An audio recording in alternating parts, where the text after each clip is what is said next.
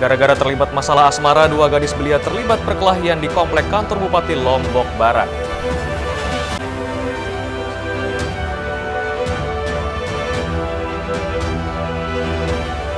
Forkopimda NTB telah menyusun skenario pawai ogoh-ogoh dan pawai ta'afuk.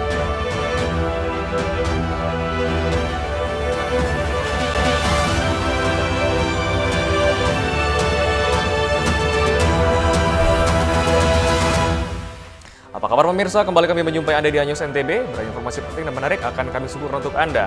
Selengkapnya bersama saya Hidayat Adias, inilah Anyus NTB selengkapnya.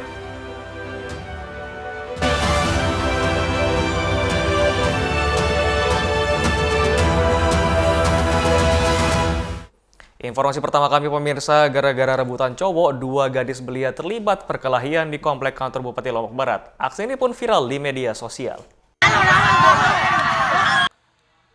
Perkelahian dua gadis belia yang terjadi di depan kantor Kesatuan Bangsa dan Politik Kesbangpol Komplek Kantor Bupati Kabupaten Lombok Barat viral di media sosial. Dalam video yang diunggah akun Facebook Zul Quadrat, terlihat kedua gadis belia saling pukul dan jambak hingga mereka tersungkur di trotoar jalan. Perkelahian itu terjadi pada hari Selasa 5 Maret 2024 sekitar pukul 17.00 WITA saat penjaga kantor Kesbangpol mendengar adanya keributan di depan kantor. Para pegawai kantor setempat menghampiri para remaja yang sedang bertengkar dan menghimbau agar membubarkan diri, namun mereka tidak mengindahkan himbauan tersebut dan terus berkelahi.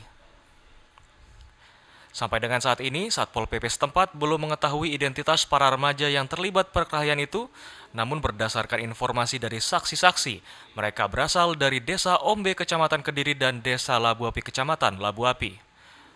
Motif perkelahian itu diduga karena merebutkan laki-laki.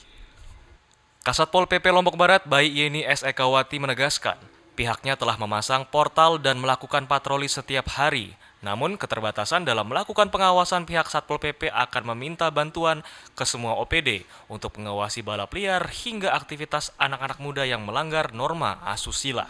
Saya berharap supaya siapapun yang masih ada di kantor ataupun penjaga malam, ayo kita sama-sama mengingatkan anak-anak untuk tidak ada yang kumpul, tidak melakukan hal-hal yang di luar ya susila yang menurut kita masyarakat di Lombok ini kan tabu gitu, yang seperti apa memasang portal.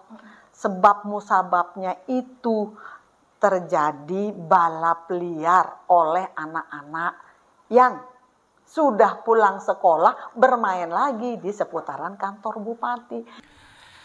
Saat ini Pol PP masih terus melakukan penyelidikan dan mencari para pelaku perkelahian. Mereka juga dihimbau kepada masyarakat agar tidak mudah terprovokasi oleh peristiwa yang viral di media sosial dan tetap menjaga ketertiban dan keamanan. Sampai saat ini belum ada laporan dari kedua belah pihak. Dari Lombok Barat, Muzakir, iNews melaporkan. Sementara itu pemirsa, warga Sembalun Lombok Timur mendatangi kantor Tata Usaha Negeri Mataram. Kedatangan mereka untuk menghadiri sidang peninjauan kembali terkait sengketa tanah seluas 550 hektar. Proses persidangan pertanahan seluas 555 hektar antara warga Sembalun Lombok Timur melawan perusahaan Sembalun Kusuma Emas terus bergulir dan kini memasuki tahap peninjauan kembali atau PK. Perkara disidangkan di kantor PT UN Mataram. Meski sidang terbuka untuk umum, namun jumlah warga yang bisa masuk dan mengikuti jalannya sidang dibatasi kantor PT UN Mataram. Agenda sidang PK yaitu pengajuan novum atau bukti baru dan pengambilan sumpah dua orang direktur perusahaan Sembalun Kusuma Emas. Persidangan terkait dengan perkara yang warga yang Sembalun saya, itu persidangan penumpahan bukti baru novum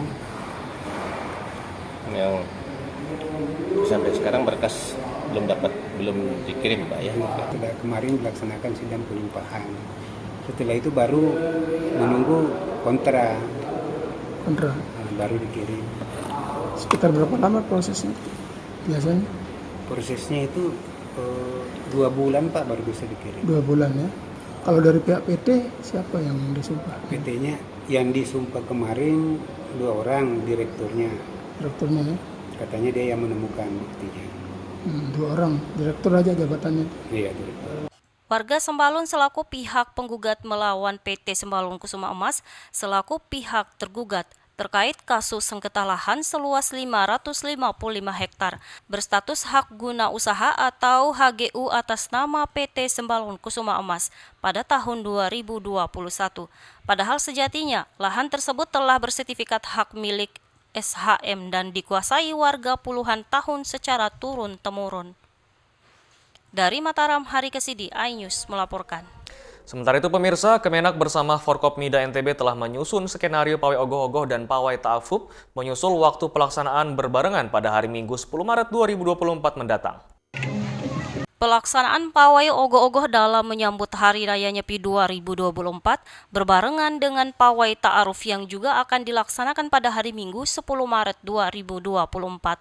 Karena waktunya berbarengan, pihak Kanwil Kementerian Agama NTB memberikan himbau untuk mempercepat pelaksanaan pawai ogoh-ogoh dan pihak panitia ogoh-ogoh pun merencanakan pelaksanaan akan dimaksimalkan dari pukul 9 pagi hingga pukul 4 sore dengan membatasi jumlah ogoh-ogoh yang akan diikut sertakan sebanyak 103 ogoh-ogoh. Kepada seluruh sekedruni atau muda-mudi peserta parade ogoh-ogoh untuk mengikuti arahan atau himbauan dari pemerintah kota atau dari Kementerian Agama agar pelaksanaan parade ogoh-ogoh ini jam 4 sore sudah selesai dan dimulai dari jam 9 pagi ogoh-ogoh kumpul, jam 12 siang ogoh-ogoh dilepas dan jam 4 sore sudah selesai. Kalau untuk pembatasan jumlahnya sendiri? Nah, untuk pembatasan dari pemerintah kota sudah menyampaikan bahwa ogoh-ogoh ini yang diikuti oleh muda-mudi atau sekedruni yang ada di Kota Mataram, sehingga per hari ini jumlah ogoh-ogoh di angka 103 ogoh-ogoh. Untuk pelaksanaan perang api yang biasanya dilaksanakan jelang sandikala, panitia akan melakukan penyesuaian agar tidak mengganggu waktu ibadah umat muslim yang akan melaksanakan tarawih. Dari Mataram, Rizka Anjani, iNews melaporkan. Kami akan segera kembali, tetaplah bersama iNews NTB.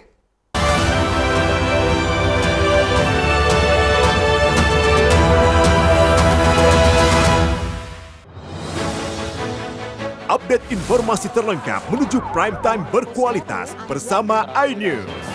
Selamat sore pemirsa. Ditindas oleh mobil tersangka, memanggil mentan untuk dimintai coba memadamkan api. iNews sore setiap hari. Sore pemirsa, kita berjumpa di iNewsroom. Warga Palestina jadikan panggung orasi. Umur capres dan cawapres. Yang paling jangkau dan sangat. iNewsroom setiap hari. Kita di iNews Prime. Masa dari komunitas menjaga Dikyang akan bahwa secara normal betul-betul duduk berada di atas di Jawa Barat. Memiliki komunitas kepanjangan. iNews Prime setiap Senin sampai Jumat. Inilah iNews Malam mengevakuasi korban mas yang salah sasaran. Disertai asap hitam. Bicara pada menit ke-6 di Riau berjalan aman. CIC memberikan tarif promo. iNews Malam setiap hari. Hanya di iNews. Saya Aiman Wicaksono. Saya akan mengupas tuntas malam ini. Saya mendapatkan kesempatan secara eksklusif. Bismillah, walaupun itu teman. 4 miliar dalam 1 jam itu nggak sulit. Betul. The Prime Show with Aiman. Setiap Rabu pukul 8:30 malam. Saya Prabowo Revolusi, kita berbagi cerita. Rupanya konspirasi itu ini. Oh iya. Apakah jadi capres? Kita setuju. Sebetulnya saya ini untuk menjadi presiden, saya harus siap. Konspirasi Prabu setiap Rabu pukul 9:30 malam. Money Weekendmu bersama program kuliner spesial. Kalaparan, eksplor gokil wisata kuliner. Tempat makan yang jarang terekspos. Food Diary, mengupas sejarah kuliner, hidangan viral dari Nusantara sampai mancanegara. Mantap. Saksikan Kuliner Special Weekend, Sabtu dan Minggu pukul 10 pagi di iNews. Formula E World Championship kembali digelar. For the first time, we have agreed. Balapan lengkap sepanjang tahun. Beradu kecepatan menjadi sang juara.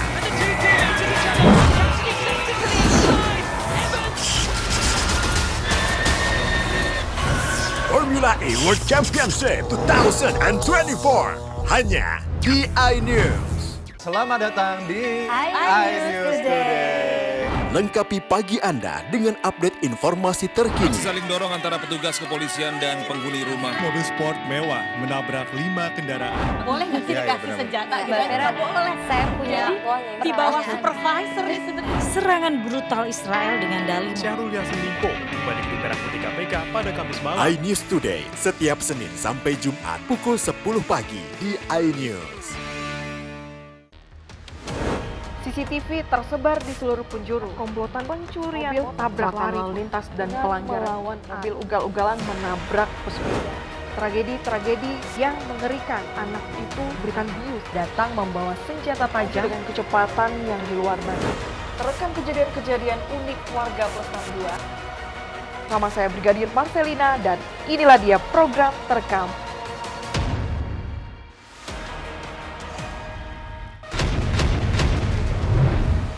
Unbeaten all the way through the competition.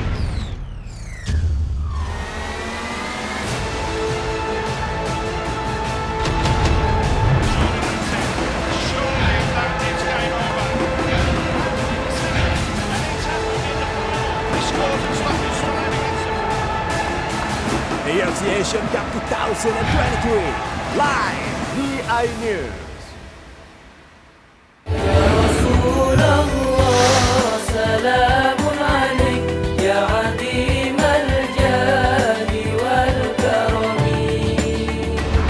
Nikmatnya Ramadan hanya di iNews.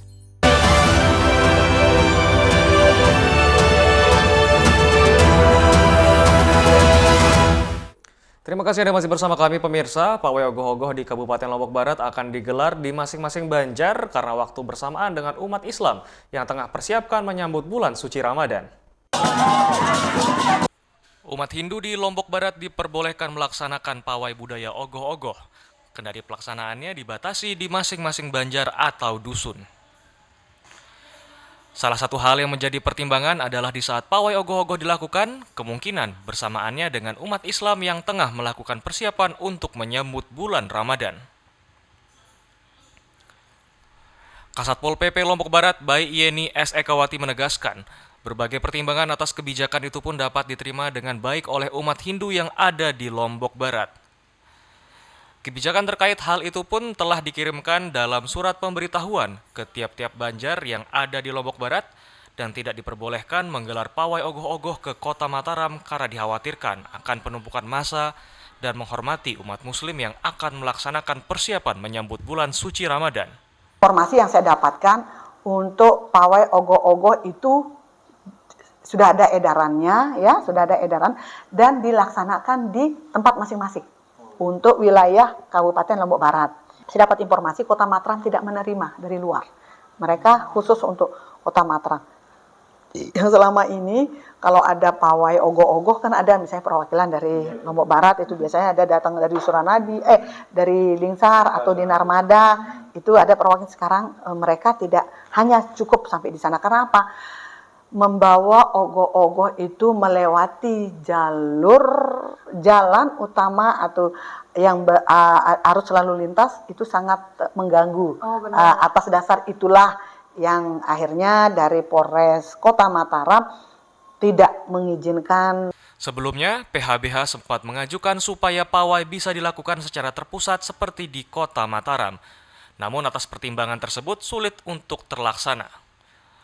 Dari Lombok Barat, Muzakir, iNews memberitakan. Masyarakat suku Sasak Lombok memiliki tradisi Malean Sampi, di mana tradisi ini sebagai wujud rasa syukur masyarakat atas melimpahnya hasil panen dan menyambut masuknya musim tanam. Puluhan Sampi dari berbagai desa di Lombok Tengah dan Lombok Barat ambil bagian saat tradisi Malean Sampi. Sebelum Malean Sampi, sapi-sapi tersebut digiring ke areal persawahan. Tradisi Malean Sampi ini sebagai wujud syukur para petani atas melimpahnya hasil panen dan menyambut datangnya musim tanam. Selain sebagai ajang silaturahmi, Malean Sampi menjadi daya tarik tersendiri bagi wisatawan. Respon masyarakat setelah ada rencana ini juga sudah mulai masyarakat sangat tertarik sekali karena memang sebagai desa wisata itu perlu ada inovasi yang terus berkelanjutan dan intinya bahwa kita selama ini walaupun ada event-event yang lain tapi ini memang sangat didorong sekali. Tradisi Malean Sampi diapresiasi Dinas Pariwisata Lombok Tengah karena dinilai sebagai inovasi warga dalam melestarikan tradisi dan budaya suku Sasak Lombok hingga saat ini. Satu event yang memiliki keunikan yang tidak kita dapat di desa wisata lain. Ini perlu untuk diangkat, kemudian disusun storytellingnya. Menarik wisatawan datang berkunjung ke depannya, tradisi Malean Sampi ini akan dijadikan event tahunan pariwisata. Dari Lombok Tengah, Herkiandi, iNews melaporkan. Pemirsa, warga di pesisir pantai Cemara Lembar, Kabupaten Lombok Barat budidaya madu lebah trigona, di mana rasa madu yang dihasilkan pun dari peternakan ini berbeda dengan madu pada umumnya.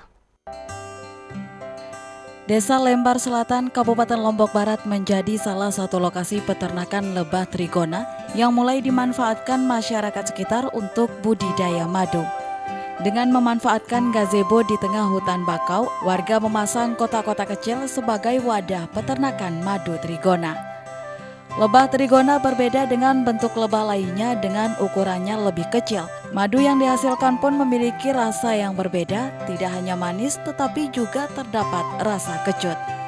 Menurut warga Desa Lembar Selatan, Kabupaten Lombok Barat, budidaya madu lebah trigona ini digeluti sejak tahun 2015 dengan harga jual dibanderol dengan harga Rp150.000 untuk ukuran 250 ml. Nah, juga madu trigona ini dia modelnya spesial, tidak seperti madu-madu kebanyakan. Juga di sini adalah kandungan yang di dalam madu itu termasuk dia salah satu kandungan untuk mempitkan body. Kalau tidak salah apa bahasanya itu di propolis, sehingga madu ini dia terasa beda rasanya dengan madu-madu yang lain. Dia seperti rasanya agak kesema-seman. Selain itu, budidaya madu lebah trigona juga dinilai mampu meningkatkan penghasilan warga sekitar di luar pekerjaan sebagai nelayan, dan kedepannya peternakan lebah trigona dapat berkembang menjadi lokasi wisata di Pantai Cemara. Dari Lombok Barat, Tim Liputan iNews melaporkan. Kami akan segera kembali, tetaplah bersama iNews NTB.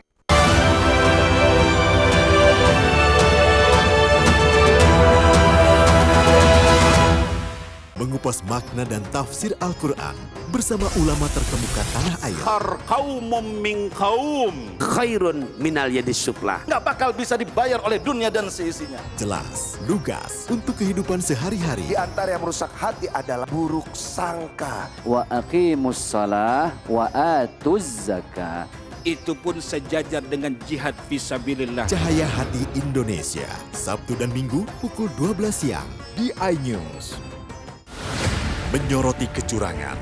Yayasan Al Zaitun 580 tersangka. Dan tidak lama lah saya pasti lawan. Menyuarakan keadilan. Yang menghujat setrum di sini sentuh oleh hukum, tidak mencapai target.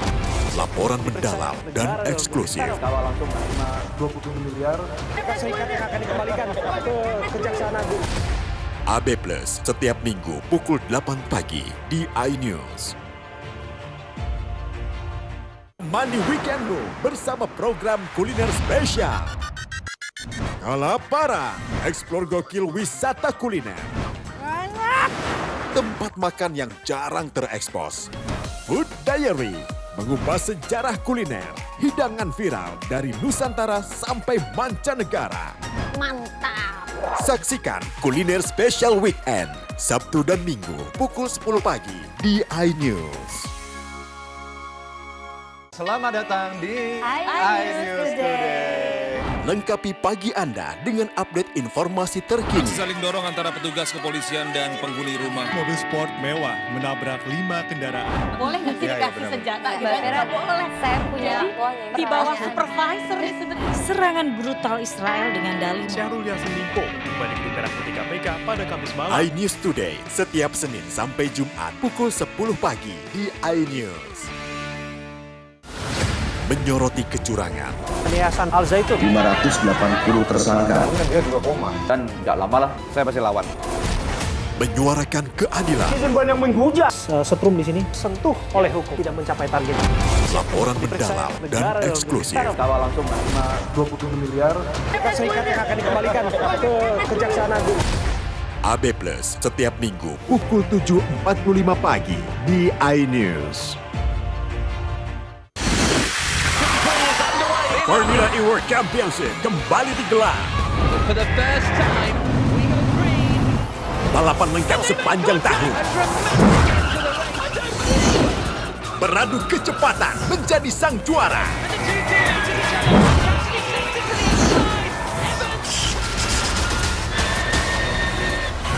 Formula E World Championship 2024 hanya di iNews.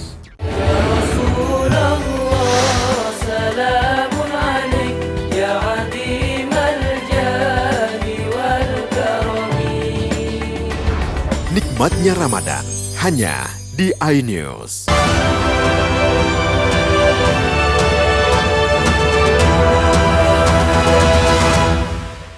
Terima kasih Anda masih bersama kami pemirsa. Seorang Babin Kamtipnas di Desa Selat Narmada Lombok Barat, Aibda Firman Eka Jayadi, menjadi motivasi bagi pemuda dan warga setempat karena sukses budidaya anggur di lahan pekarangan rumahnya.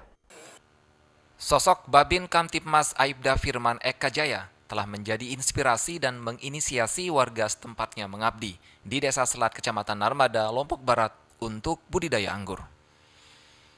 Pembudidayaan anggur sendiri dipelajarinya secara otodidak, mulai dari proses pembibitan, pemupukan, hingga menghasilkan buah yang lebat. Aibda Firman mengaku dirinya tidak memiliki dasar pengetahuan dalam pertanian, namun keinginannya untuk memajukan desanya membuat Aibda Firman memilih mengembangkan budidaya anggur hingga mengajak warga sekitar di Desa Selat. Berbagai jenis varietas anggur impor dibudidayakan di atas lahan miliknya. Ide awal budidaya anggur ini mulai dikembangkan bersama warga sekitar tahun 2020 silam saat COVID-19 melanda. Beberapa jenis varietas anggur impor yang dibudidayakan diantaranya jenis anggur Jupiter, Trans, Cotton Candy, Everest, Academic, Julian, Bain Corner, dan lainnya. Dari semua jenis anggur tersebut, paling banyak diminati jenis anggur Jupiter, Trans, dan Everest.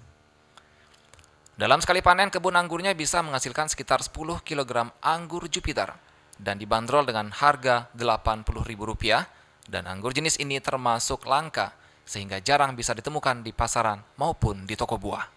Kalau yang kami tanam di sini ini jenisnya sekitar 32 jenis anggur dan alhamdulillah penghasilannya untuk sekali panen itu di luar dari kita istilahnya makan sama keluarga, sama kerabat atau teman yang berkunjung itu lebih sekitar 5-an lah yang sekali panen. Kadang-kadang lebih dia. Untuk hasilnya yang per kilo itu tergantung lagi. Kalau istilahnya cuacanya bagus, musim panas itu ya hampir 1 kuintal lebih dia kita dapat dalam sekali panen. Budidaya anggur ala Babin Kamtipmas ini mendapat apresiasi dari pihak desa. Saat ini, pemerintah Desa Selat bermaksud mendorong masyarakat kreatif memanfaatkan pekarangan rumah maupun gang-gang di masing-masing dusun di Desa Selat untuk tujuan serupa seperti yang dicontohkan Aibda Firman. Selain memperindah halaman rumah, budidaya anggur ini pun juga dapat meningkatkan ekonomi masyarakat sekitar. Pemerintah desa juga tidak tinggal diam dengan niatan Aibda Firman yang telah menginisiasi wisata anggur di Desa Selat dengan memberikan bantuan bibit anggur kepada kelompok tani. Dari Lombok Barat, Herkiandi iNews melaporkan. Ya pemirsa, jika Anda penat dengan kesibukan rutinitas sehari-hari, cobalah untuk sensasi memetik stroberi di agrowisata Stroberi Sembalun, Lombok Timur. Pengunjung disuguhkan dengan hamparan perbukitan yang indah dan juga udara yang sejuk dan membuat rasa penat Anda hilang seketika.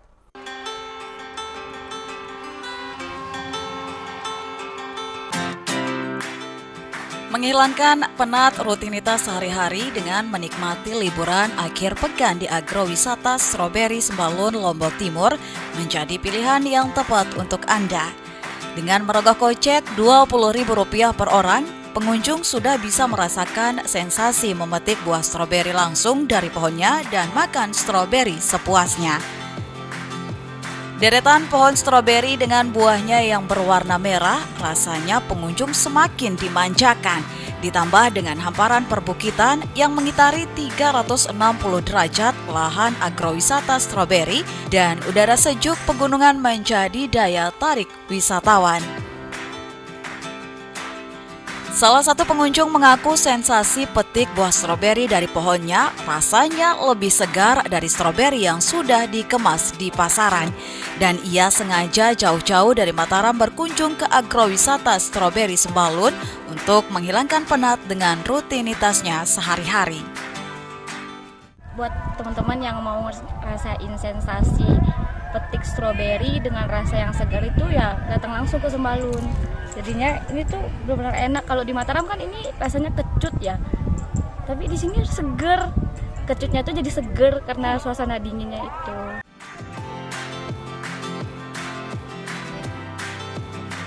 Luas lahan di areal agrowisata Stroberi Sembalun mencapai 8 hektar dan terdapat berbagai spot foto untuk pengunjung. Selain bisa langsung memakan buah stroberi dari pohonnya, pengunjung juga bisa menjadikan oleh-oleh untuk keluarga di rumah dengan cukup membayar Rp50.000 per kilonya.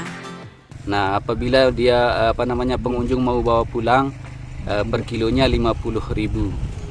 Bebas mau pengunjung ngambil seperempat ataupun berapa kilo lah, bebas tergantung pengunjung dapat petik sendiri dan makan sepuasnya di dalam, dan mereka atau tamu-tamu itu dapat stroberi fresh dan sesuai yang diinginkan. Jika Anda berkunjung ke agrowisata Stroberi Sembalun, datanglah pada bulan Mei hingga Oktober, karena pada bulan-bulan tersebut musim panen stroberi tiba yang bersamaan dengan musim kemarau terjadi. Dari Lombok Timur, Tim Liputan iNews melaporkan. Informasi tadi sekaligus menutup perjumpaan kita di iNews NTB kali ini. Saya Hidayat Adiasi pamit, terima kasih dan sampai jumpa kembali.